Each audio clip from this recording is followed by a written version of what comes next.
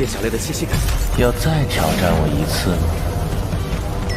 永恒三剑，创世生灵，立法类。明白。 С возросшей силой команда Лун Хаоченя противостоит могущественным врагам.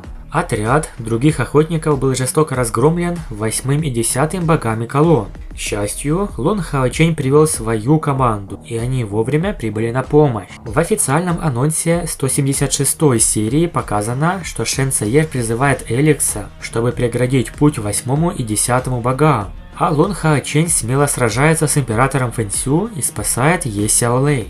Давайте разберемся подробнее, а вначале поставьте лайк и напишите комментарий, так как сейчас канал особенно нуждается в вашей поддержке. Итак, оказалось, что раньше силу первых 10 столпов сдерживал император Фэнсю. Теперь же, когда он собирается завладеть божественной сущностью и стать богом, он снял с них печати. Насколько сильны боги колонн из первой десятки? Каждая из этих 10 фигур обладает духовной силой, превышающей 600 тысяч. Их уровень выше 9 ранга 6 ступени, и их мощь крайне страшна. В превью видно, что даже если Лун Хаочень и его союзники сражаются изо всех сил, давление остается огромным, ведь в отряде только сам Лун Хаочень способен вести бой против 8 и 10 богов колонн. С троном вечности и творения он, конечно, очень силен. Но не стоит забывать и о Цзэйэр. В этот момент в бой вступает заместитель главы отряда, а именно Шэн Цзэйэр.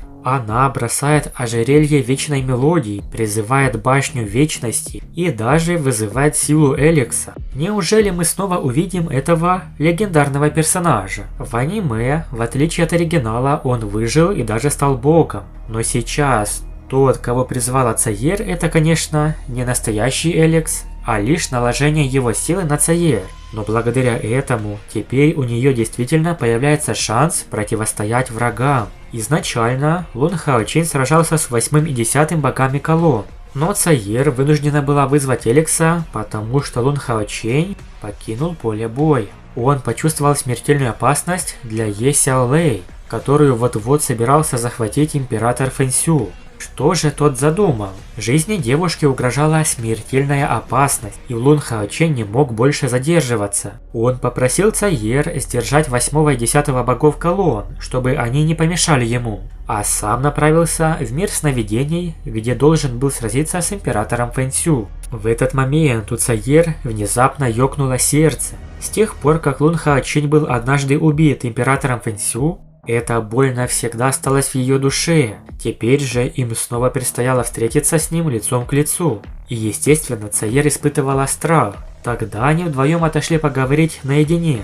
Цзэйэр с тревогой посмотрела на любимого и попросила Лун Хаоченя в этот раз больше не сражаться в одиночку. Лун Хаочень успокоил ее и пообещал, что больше не заставит ее волноваться. Цзэйэр вызвала Эликса. Его мощь оказалась настолько велика, что одним взмахом руки он рассеял атаки 8 и 10 богов колонн. Теперь Цзэйэр вместе с Вань Юань и другими вступает в прямое противостояние с этими сильнейшими врагами. Но что же произошло в мире сновидений или в мире грез? Император Фэнсю уже проник сюда и обнаружил местонахождение Е Сяо Лэй. Она скрывалась в храме снов, а Фэнсю готовился прорвать его защиту. Стоило ему это сделать, Е Сяо Лэй погибла бы, а сам он стал бы богом. В решающий момент появляется Лун Хаочень, и теперь становится ясно, что он жив. Кроме того, ранее у входа в мир сновидений появился потерявший разум эльфийский дракон. В оригинале он был убит императором Фэнсю, но в аниме, кажется, концовку изменили. Здесь дракон оказался под контролем императора и ошибочно принял главных героев за врагов, вторгшихся в мир сновидений. Отряд Луч Рассвета вступил в бой с драконом, но жизнь Е Сяо Лэй оказалась под угрозой. Они не могли сражаться в полную силу. Дракон и так превосходил героев мощью, а если еще сдерживаться, то победить его было невозможно. К счастью, среди них была Чэнь Инэр, отмеченная богом зверей. Она обладала способом пробудить дракона. Впрочем, в этой ситуации и Цзэйэр, вероятно, могла бы использовать великое цветение лотоса, чтобы очистить его разум. Это, скорее всего, тоже сработало бы. Император Фэнсю знал, что Е Сяолэй – божество, оставленное богиней природы, и хотел слиться с ее душой. Е Сяолэй ответила, что скорее уничтожит себя. С падением волшебного дракона она потеряла последнюю защиту, а иллюзорный рай исчез. Император Фэнсю впитывал жизненную энергию места, скрыв все под своим барьером. Его цель была стать богом. Люди при достижении миллиона духовной силы растворялись бы в мире, а он, как демон из иного мира, мог избежать этой участи. Для этого ему нужно было лишь божество. И вот тут вмешался Лун Хаочень. Как только император попытался схватить Е Сяолэй, он получил ответный удар ослепительным светом. Это был Лун Хаочень, обладатель божественного трона вечности и созидания. Император Фэнсю был, конечно же, потрясен, что Лун Хаочень жив. Оказалось, Е Сяолэй специально притворялась, чтобы выиграть время, пока Лун Хаочень переместится из другого мира сюда. Он успел появиться в критический момент, отбросил императора и защитил Е Сяолэй. Лун Хаочень вызвал щит божественной улитки Солнца и Луны. Использовав силу сверхбожественного артефакта, император Фэнсю понял, что тот действительно жив и не подвластен некромантии. Сила Лун Хаоченя заставила его почувствовать угрозу. Император в шоке спросил, как он может быть жив.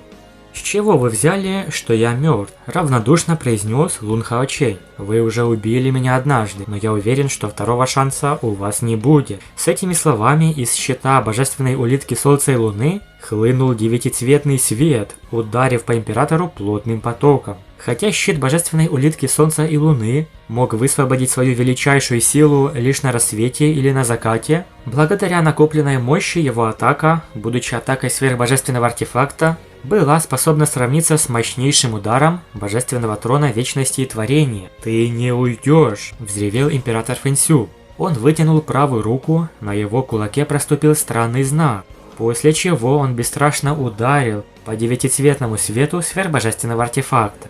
Но далее он высокомерно предложил Лун Хаоченю вновь бросить вызов.